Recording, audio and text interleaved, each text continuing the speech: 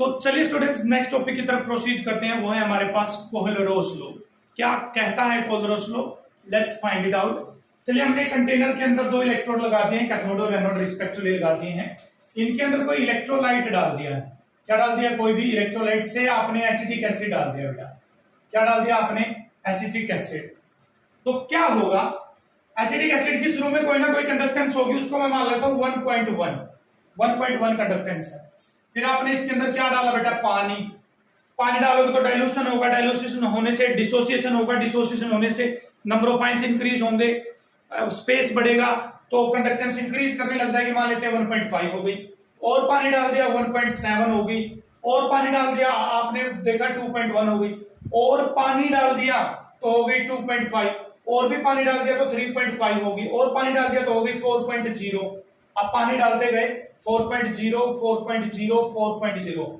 इस पॉइंट के बाद जब आप पानी ऐड कर रहे हो, इसके अंदर पानी डाल रहे हो, तो कंडक्टेंस चेंज होना क्या हो गई है? बंद हो गई है। ऐसा क्यों है? क्योंकि आफ्टर दिस पॉइंट ये हो गया है कि जो एसिटिक एसिड है वो 100% डिसोसिएट हो चुका है। अब क्या हो चुका है? 100% dissociate. And after this point ये भी हो चुका है कि एसिटिक एसिड के कारण जो यहां पर आयंस बने थे, एसिटेट आयन और H+ आयन, सारे के सारे एसिटेट आयन, सारे के सारे H+ आयन अपने अपने इलेक्ट्रोड पर पहुंच चुके हैं। अब जब वो इसी पॉइंट पे अपने अपने इलेक्ट्रोड पे पहुंच चुके हैं, अब आप पानी डालते रहो, क्या कोई चेंज होने वाला है? नहीं। नंबर ऑफ आयंस बढ़ेंगे? नहीं, क्योंकि डिसोसिएशन हो चुका है। मोबिलिटी बढ़ेगी? नहीं, क्योंकि आयंस अपने अपने इलेक्ट्रोड पे पहुंच चुके हैं। तो इस पॉइंट को बेटा बोलते हैं the point of infinite dilution. क्या बोलते हैं? Point of infinite dilution. तो बताइए, eight infinite dilution, infinite dilution पे क्या आपसे पूछ रहा हूं मैं, प्रत्येक कैटायन और प्रत्येक एनायन कंडक्टेंस में टेक पार्ट करेगा नहीं करेगा? बिल्कुल करेगा। मान लो यहां से 100 कैटायन आए, 100 एनायन, तो हर कैटायन हर एनायन इलेक्ट्रोड पे जाएगा, तो हर कैटायन हर एनायन कंडक्टेंस में टेक पार्ट करेगा नहीं करेगा? सर बिल्कुल करेगा। तो इनफाइनाइट डाइल्यूशन पे हम जो मोलर कंडक्टेंस निकालेंगे वो क्या होगी हमारे पास? Cap M zero concentration. Zero concentration का मतलब एट इनफाइनाइट डाइल्यूशन, तो ये कहलाएगी हमारे पास लिमिटिंग मोलर कंडक्टेंस। क्या कहलाएगी? Limiting molar conductance. मतलब molar conductance at infinite dilution will be known as limiting molar conductance. बोलिए ये किसके इक्वल होगी? पूछ रहा हूं मैं आपसे। एक कैटायन के कारण जो कंडक्टेंस होगी प्लस एक एनायन के कारण जो कंडक्टेंस होगी। मान लीजिए एक कैटायन के कारण जो कंडक्टेंस है वो है कैप एम नॉट पॉजिटिव। इसका मतलब क्या है? Limiting molar conductance due to cation into में नंबर ऑफ कैटायंस कितने कैटायन है या नहीं है? बोलो, इक्वल होगा नहीं होगा? प्लस में limiting molar conductance of anion into में नंबर ऑफ एनायंस कितने हैं? y मान लिया मैंने, तो ये होगी उसकी total molar conductance at infinite dilution. होगी या नहीं होगी? अरे भाई सिंपल सी बात है। कोलरास लॉ ये बोलता है कि जब इनफाइनाइट डाइल्यूशन हो जाता है, क्या हो जाता है? Infinite dilution. तो इनफाइनाइट डाइल्यूशन में हर कैटायन हर एनायन कंडक्टेंस में टेक पार्ट करेगा। तो यदि हमें इनफाइनाइट डाइल्यूशन पे लिमिटिंग मोलर कंडक्टेंस निकालनी है या molar conductance at infinite dilution find out करनी, तो आप क्या करो? एक कैटायन की कंडक्टेंस निकाल लो, इनटू में नंबर ऑफ कैटायन कर दो, प्लस एक एनायन की कंडक्टेंस इनटू में नंबर ऑफ एनायंस, इसके इक्वल होगी हमारे पास limiting molar conductance at infinite dilution. और यही कोहलरोस लॉ है बेटा। यही क्या है हमारे पास? कोहलरोस लॉ है। इससे रिलेटेड कुछ न्यूमेरिकल करते हैं, फिर इसके एप्लीकेशन पार्ट पे हम प्रोसीड करेंगे। So let's proceed to the numericals. तो चलिए बेटा ये छोटा सा न्यूमेरिकल सॉल्व करने की कोशिश करते हैं। आपको HCl की लिमिटिंग मोलर कंडक्टेंस दे रखी है, NaCl की और सोडियम एसीटेट की, आपको निकालनी है एसिटिक एसिड की। तो बोलिए बेटा एसिटिक एसिड को ब्रेक करोगे तो क्या होगा, CH3CO नेगेटिव प्लस में H पॉजिटिव, प्लस में H पॉजिटिव, यस और नो? बिल्कुल सर। यहाँ किसकी कंडक्टेंस दे रखी है आपको, मोलर कंडक्टेंस HCl की, तो HCl ब्रेक होगा तो बनेगा H positive plus Cl negative, है ना। NaCl ब्रेक होगा तो बेटा Na positive plus Cl negative. Sodium acetate break होगा तो CH3COO negative plus Na positive. ठीक, इक्वेशन नंबर 1 आ गई, इक्वेशन नंबर 2 आ गई, इक्वेशन नंबर 3 आ गई। तो इन तीन इक्वेशन से हमें ये इक्वेशन बनानी है, ये वाली इक्वेशन कैसे बनेगी, तो आप देखिए कैसे बनानी है, आपको समझना बस ध्यान से। ये कौन सी इक्वेशन में है, ये सर थर्ड इक्वेशन में, तो थर्ड इक्वेशन। H प्लस कौन सी इक्वेशन में है सर, फर्स्ट इक्वेशन में, तो थर्ड और फर्स्ट को तो प्लस करना पड़ेगा क्योंकि एसिटेट आयन और H प्लस को प्लस करना है, तो थर्ड और प्लस को फर्स्ट को प्लस करना पड़ेगा क्योंकि थर्ड में तो एसिटेट आयन है और फर्स्ट में बेटा H प्लस आयन है, तो थर्ड में फर्स्ट को ऐड कर दो, करें ऐड, तो थर्ड तो है ये CH3CO negative plus Na positive plus Na positive, first है बेटा ये plus H positive plus Cl negative, है ना। बोलो इसको सर्कल कर लो, इसको और इसको कर लिया मैंने अंडरलाइन। अब एक्स्ट्रा कौन बच गया यहाँ पर बेटा, Na प्लस और Cl माइनस बच गया, नहीं बच गया, तो ये तो नहीं चाहिए हमें, ये तो हमें नहीं चाहिए, तो Na प्लस और Cl माइनस को तो काटना पड़ेगा, तो बोलो किसको माइनस करना पड़ेगा, बोला सेकंड को माइनस करना पड़ेगा, नहीं करना पड़ेगा, सेकंड को, हाँ सर माइनस सेकंड कर दो, तो सेकंड को माइनस करो, तो minus Na plus minus Cl minus Cl minus, तो देखिए Na प्लस से Na प्लस गया, Cl माइनस से Cl माइनस हो गया, तो क्या बच गया हमारे पास CH3CO नेगेटिव प्लस में H पॉजिटिव, बच गया नहीं बच गया। तो जो हमने ये काम किया है ना, ये काम ये इनकी वैल्यूज के साथ भी करना है।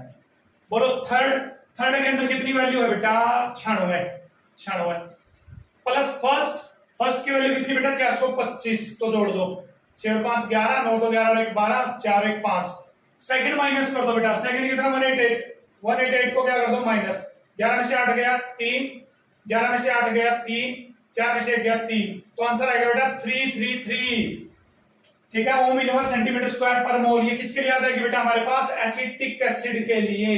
भाई माइनस प्लस में कोई गड़बड़ तो आप चेक कर लेना, वैसे सोल्व ऐसे इस तरह से होगा, तरीका आपको सीखना है। आई होप कि आपको सोल्व हो गया है। चलिए नेक्स्ट न्यूमेरिकल की तरफ प्रोसीड करते हैं। तो चलिए बेटा नेक्स्ट न्यूमेरिकल हमारे पास आ गया है, आपको सोडियम हाइड्रोक्साइड, आपको सोडियम क्लोराइड, बेरियम क्लोराइड की लिमिटिंग मोलर कंडक्टेंस दे रखी है, यूनिट मैंने नहीं लिख रखी, आपको बेरियम हाइड्रोक्साइड ही निकालनी है बेटा। किसकी निकालनी, बेरियम हाइड्रोक्साइड। तो पहले तो बेरियम हाइड्रोक्साइड को ब्रेक कर दो, Ba2 positive plus 2OH negative, ठीक है। अब NaOH देखो क्या होता है बेटा, NaOH होता है Na positive plus OH negative. NaCl देखिए क्या होता है, Na positive plus Cl negative, yes और नो? बिल्कुल सर। बेरियम क्लोराइड क्या होता है, Ba2 positive plus 2Cl negative, ठीक है। Equation number first, equation number second, equation number third. तो आप थोड़ा सा एक बार दिमाग लगाइए, 30 सेकंड्स में आपको दे रहा हूं, कौन सी इक्वेशन को प्लस करूं माइनस करूं या कितने से मल्टीप्लाई करके प्लस करूं या माइनस करूं ताकि मेरे पास ये इक्वेशन बन जाए। Try to find it out. 30 seconds हैं आपके पास, 30 सेकंड्स। वेरी गुड, करिए बेटा solve, very good very good, hurry up. तो आप कितने से भी मल्टीप्लाई कर सकते हो, डिवाइड कर सकते हो, माइनस करिए प्लस करिए, whatever you want to do you can do, but just find out the molar conductance, limiting molar conductance of barium hydroxide, that is find out this final equation. How can we derive this equation from these three equations? So let's try बेटा। तो देखो कैसे करना होता है। यहाँ क्या है, बेरियम 2 पॉजिटिव, वो किस इक्वेशन में है सर, थर्ड इक्वेशन में, तो ले आओ थर्ड इक्वेशन, ठीक है। बिल्कुल प्यार से और प्रेम से करेंगे, आराम से, क्या जल्दबाजी हमें। OH नेगेटिव बेटा कितने चाहिए, 2 OH नेगेटिव, पहली इक्वेशन हमें है OH, लेकिन 2 चाहिए, तो पहली इक्वेशन को 2 से मल्टीप्लाई करना पड़ेगा। तो इक्वेशन फर्स्ट को 2 से मल्टीप्लाई करके जोड़ना पड़ेगा। तो करें, पहले इतना काम कर लें। इक्वेशन नंबर 3 को लिखो भाई, Ba2 positive plus 2Cl negative. Equation first को 2 से मल्टीप्लाई करके लिखो, 2 से मल्टीप्लाई करिए 2Na प्लस, 2 से मल्टीप्लाई करिए 2OH माइनस, है ना। अब बताइए क्या किस किस की जरूरत है हमें? इसकी जरूरत है, हमें इसकी जरूरत है। एक्स्ट्रा क्या क्या बच गया आपके पास? 2 तो Na और 2Cl एक्स्ट्रा पड़े हुए हैं। तो NaCl किसी इक्वेशन में है? सर है, सेकंड इक्वेशन में। तो सेकंड इक्वेशन को 2 से मल्टीप्लाई करके मैं माइनस कर दूं, तो माइनस में सेकंड इक्वेशन को कितने से मल्टीप्लाई कर दूं? 2 से। तो बेटा क्या हो जाएगा? -2Na पॉजिटिव -2Cl नेगेटिव, इससे ये कैंसल, तो बच गया। तो थर्ड इक्वेशन में कितना वैल्यू है? इतनी। तो इन वैल्यूज को आप क्या कर दोगे? अब आगे प्लस कर दोगे and you will find out the limiting molar conductance of barium hydroxide. इस तरह से फाइंड आउट कर सकते हैं। चलिए जेई का क्वेश्चन ले लेते हैं आप, इससे पूछा गया जो क्वेश्चन है जेई का। तो चलिए बेटा छोटा सा न्यूमेरिकल सोल्व करते हैं। जेई में 2006 और 7 में 2 बार पूछा गया क्वेश्चन है। आपको क्या दे रखा है? लिमिटिंग कंडक्टेंस दे रखी है आपको सोडियम एसीटेट की इतनी है, पर इक्विवेलेंट दे रखा है। इसका मतलब आप समझ ही जाओगे क्या, मोलैरिटी नहीं, ग्राम इक्विवेलेंट की बात कर रहे हैं। HCl की दे रखी है आपको इतनी। आपको किसकी कैलकुलेट करनी है? Acetic acid, acetic acid CH3COOH। तो बताइए बेटा, इनमें से एसिटिक एसिड बनाने की कोशिश करो। बोलो एसिटिक एसिड का एक पार्ट तो ये रहा और एक पार्ट ये रहा।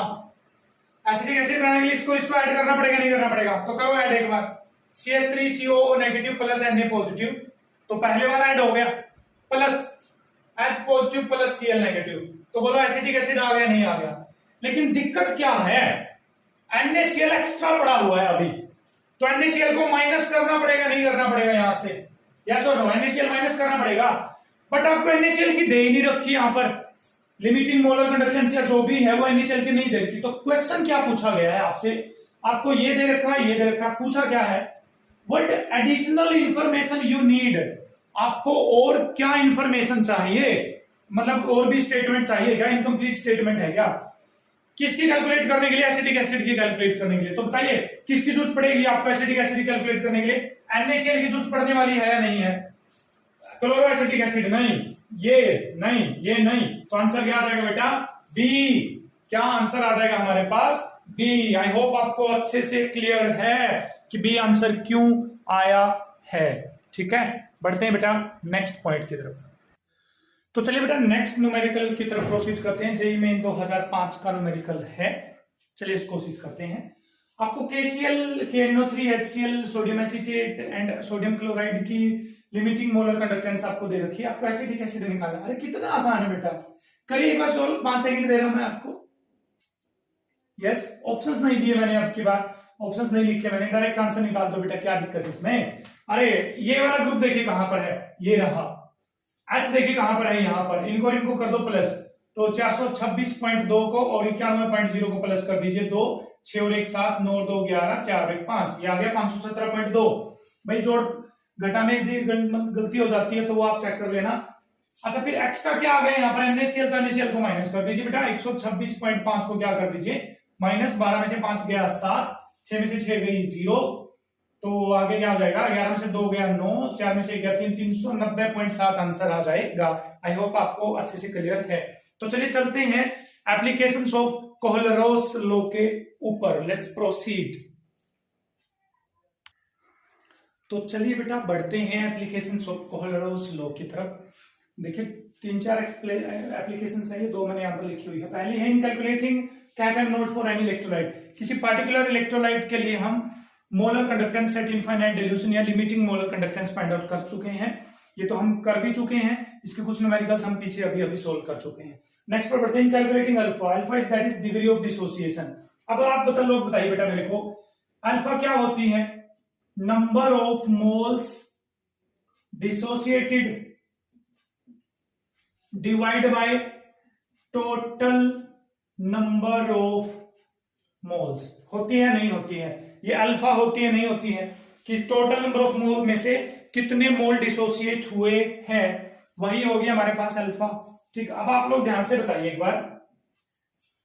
मान लीजिए आपने 100 मोल डाल दिए, 100 मोल, 100 में से सिर्फ 5 मोल ब्रेक हुए हैं, कितने मोल ब्रेक हुए हैं 5, तो अल्फा क्या आएगी बेटा, नंबर ऑफ मोल्स डिसोसिएट कितने 5, टोटल नंबर ऑफ मोल्स कितने थे हमारे पास 100, यही अल्फा आएगी नहीं आएगी।